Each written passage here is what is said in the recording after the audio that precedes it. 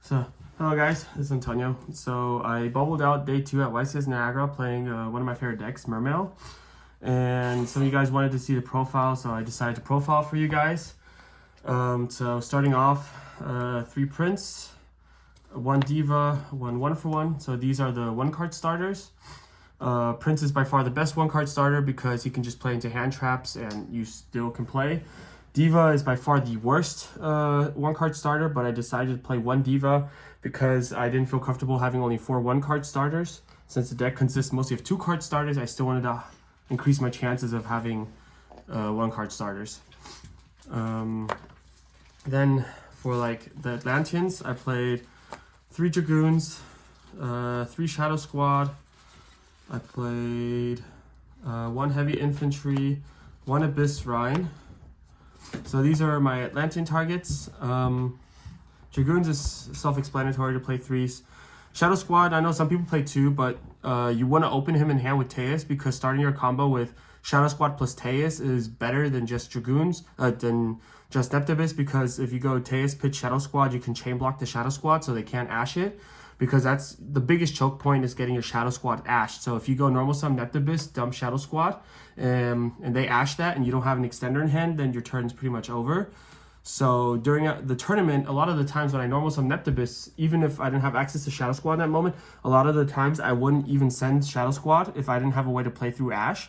I would send Dragoons, because if they ash the Dragoons, that doesn't hurt me as much, because I still get an add, and I can still add either the Shadow Squad or the Abyss Rhine. But usually if I went that play, I go dump Dragoons, add Abyss Rhine, because if they ash the Dragoons, you still can play, because you can use Abyss Rhine as a discard outlet for monsters in your hand or for the Neptibus on field. Yeah, and then Heavy Infantry you need because that's one of your interruptions. You can recycle it. And yeah, so these are the Atlantean targets for Neptibus. Then for my Mermail targets, I played 3 Teus, 1 Megalo, 1 Pike, and 1 Abyss Gun. I think pretty explanatories are these 5. I mean, he's your best starter in combination with either Dragoons or Shadow Squad. And then Pike is part of the combo and Gun as well. Plus Gun gives you grind game. And then I decided to play Megalo because I wanted to have a Sea Serpent target that I could search off Dragoons in very niche situations where I still needed discard outlets, where I didn't have access to Abyss Teus.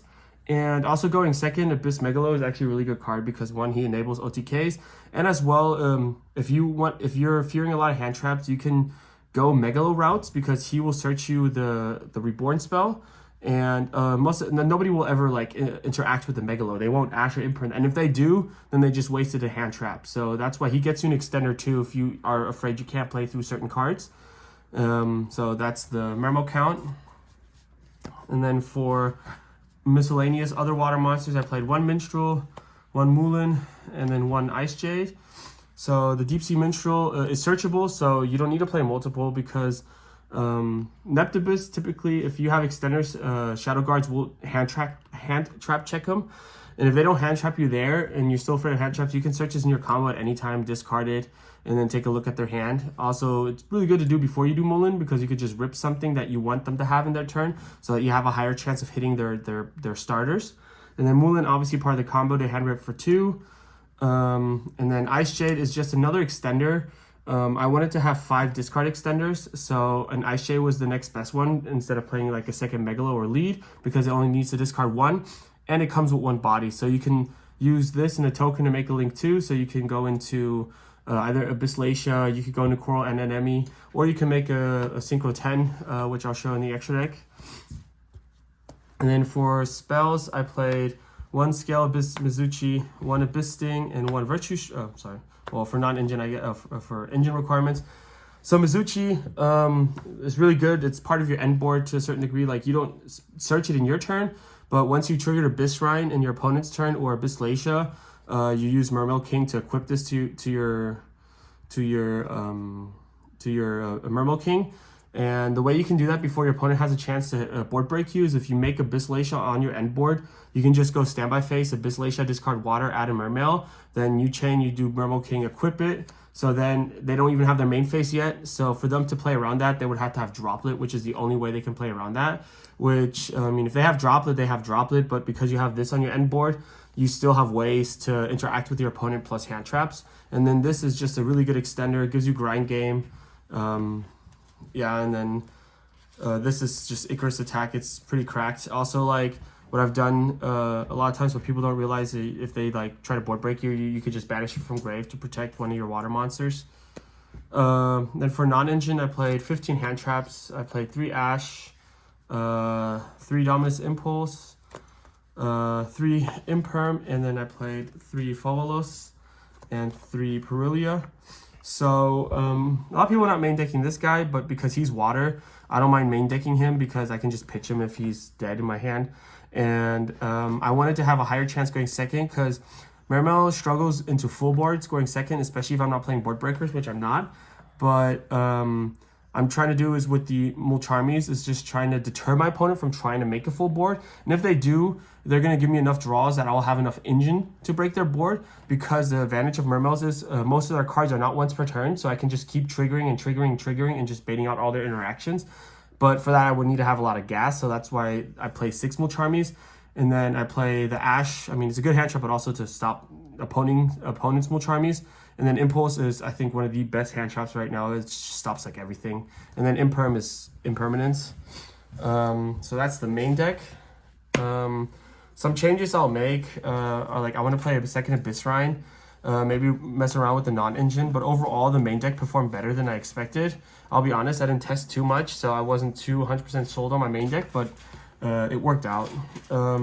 As you guys can also tell, I did not play any of the bricks like Abyss Osha. I didn't play Coelacanth. I didn't play Abyss Lead. I didn't play Armored Shark or any of those, because those are all bricks. You don't want to open them. You want to search them all, and yes, they're really cool. Osha makes Abyss Teus a 1-card combo, but you have so many cards in your deck that can combo with Teus, that if you're opening Teus without any good discard outlet, then you're going to lose that game regardless. And just to put a brick in, just to increase the chance of trying to play that 1 in 20 times that you open Teus without a good discard, it's not worth it. And then Armored Shark is a brick. Coelacanth is good, but the thing with Coelacanth, you play more pikes, which means more bricks, and then it's also very hand trap.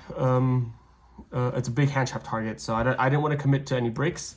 For my extra deck, I play 1 La Virtue Dragon, 1 Abyss Dweller, 1 number 4 Stealth Kraken, double Toad, double Bahamut, Gaios, Poseidra, double Anemone, Abyss Lacia, Mermail King, Area, and then my synchro was Ice Jade.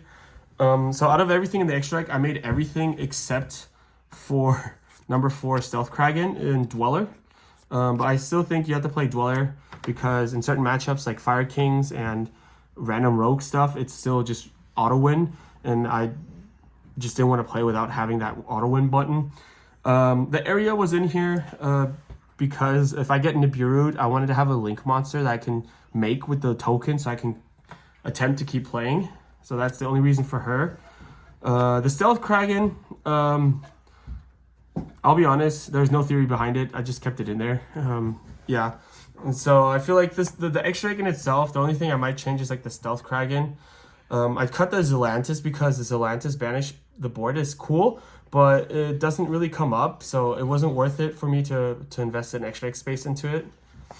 And then for my side deck, I played triple Ghost Ogre, triple Dogwood, triple Cosmic, Called by the Grave, triple Crossout Designator, and then 2 crossout targets. So my thought going in is going first, my deck is broken as hell. Like Mermail going first is just really, really strong.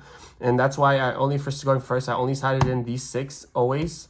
Unless I knew my opponent wasn't playing hand traps, then I wouldn't side in these.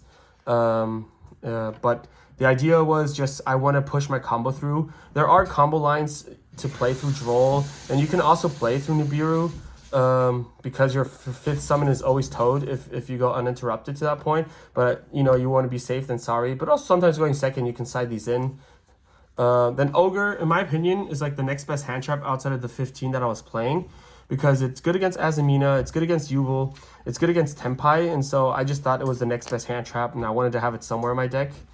And then for Dogwood, I just needed a time card, because in this deck you can search it with Pike.